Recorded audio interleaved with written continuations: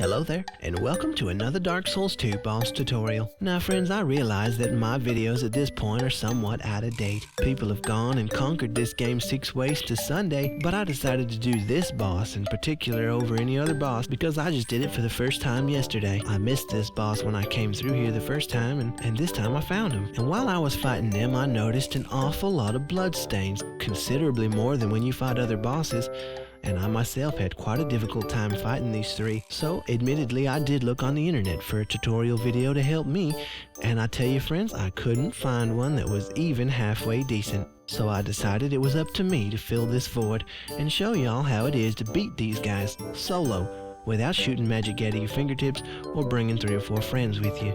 Before we get too far into it, let's talk about how you should dress and what you should bring. For this strategy, you're going to want to be light on your feet with good stamina regen. So if you have the stamina regen ring, you're going to want to put that on. Otherwise, bring green herbs. You do want to be light on your feet, but make sure you have some defense. You don't need to go naked or all cloth armor, because you are going to take some damage, more than likely. You don't want to get one shot, but as long as you're fast enough, you'll have ample time to heal every time. When choosing a weapon, look to a greatsword.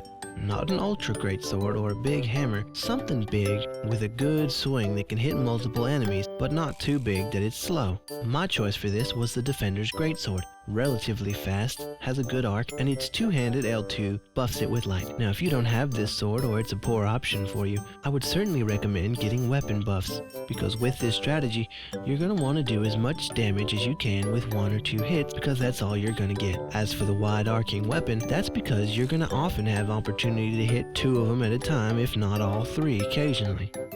Let's get into it. First, let's look at the room. There are 2 pits on either side of you, left and right. From this perspective, the pit on the left, well, it's dangerous. There's monsters down there and there's no easy way to get back up, so stay out of it. The pit on the right is going to be your best friend. Treat it nicely. First order of business is to lure these men towards you. Now give them some time to run at you, and then kindly move over here to the right. Don't let them get close enough to attack you, but once they've sort of made their way, go ahead and jump down into the pit. Once you've jumped into the pit, quickly pan your camera up and see what the bosses are doing. In this fight, it's better not to have your camera locked on any of the bosses. The 2 melee bosses are going to sit at the edge. One of them or both of them are going to come down immediately, or the other might follow right after. The Afflicted Grave robber will most of the time, in my experience, come down first. And that's good. He seems to have a longer recovery time after jumping than the Ancient Soldier.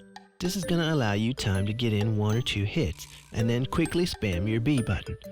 If it is that the Ancient Soldier falls down first, just consider this a loss and turn around and run back up the stairs, because he seems to attack right away. Do not, and I repeat this, do not stand near the edge, or they could do a plunging attack and kill you in 1 hit. Stand just far enough away that they can't do that, but that you can get back quickly and get your hits in right away. Don't get greedy with this. 1, 2 hits maximum, and then hit that dodge button. Chances are you're going to take 1 or 2 hits, but you'll be alright. As you're running up the ramp, you should have plenty of time to use a life gem or an Estus flask. The number 1 target that you need to kill in this fight is Cerah the Old Explorer, that being the man with the bow. As the other 2 are going to take time to chase you back up the stairs, that'll give you the opportunity to hit him when he's singled out up there. The problem with Cerah is that he's an unpredictable variable. He sort of goes where he wants to go and does whatever it is he wants to do, and he can sort of be in places that are just not good for you. Oftentimes he'll stand up here and try and shoot. He'll miss you when you're in the pit, but he can hit you when you're running back up. Sometimes he'll just hang out on the little pathway that leads back up, and occasionally he'll be down in the pit. Now, the Ancient Soldier and the Afflicted Grave robber generally stick together when you do this, so Cerah will always be on his own. If he's up there, when you're still separated from the other 2, give him a hit or 2 and then jump back in the pit when it suits you. If he's down in the pit, sometimes he'll be close enough for you to get a plunging attack. If he's down in the pit, jump down, hit him once, and then run back up. Don't be down there when all 3 of them are down there. That's a bad idea. keep going on this way until you've eliminated Cerah the Old Explorer. From there, it's pretty much downhill.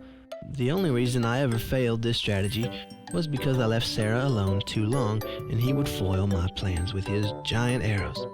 As you're getting hits on the Afflicted Grave Robber, chances are you're going to do some splash damage to the Ancient Soldier as well. The Grave Robber should go down first, and when he does, the Soldier should be pretty low.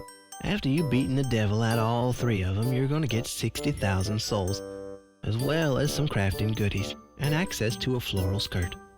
I hope this video was helpful, considering all the blood stains on the floor while I was doing this, and the lack of good tutorials online. I think this could be beneficial to a lot of people. Thanks again for watching my video. Have a good day.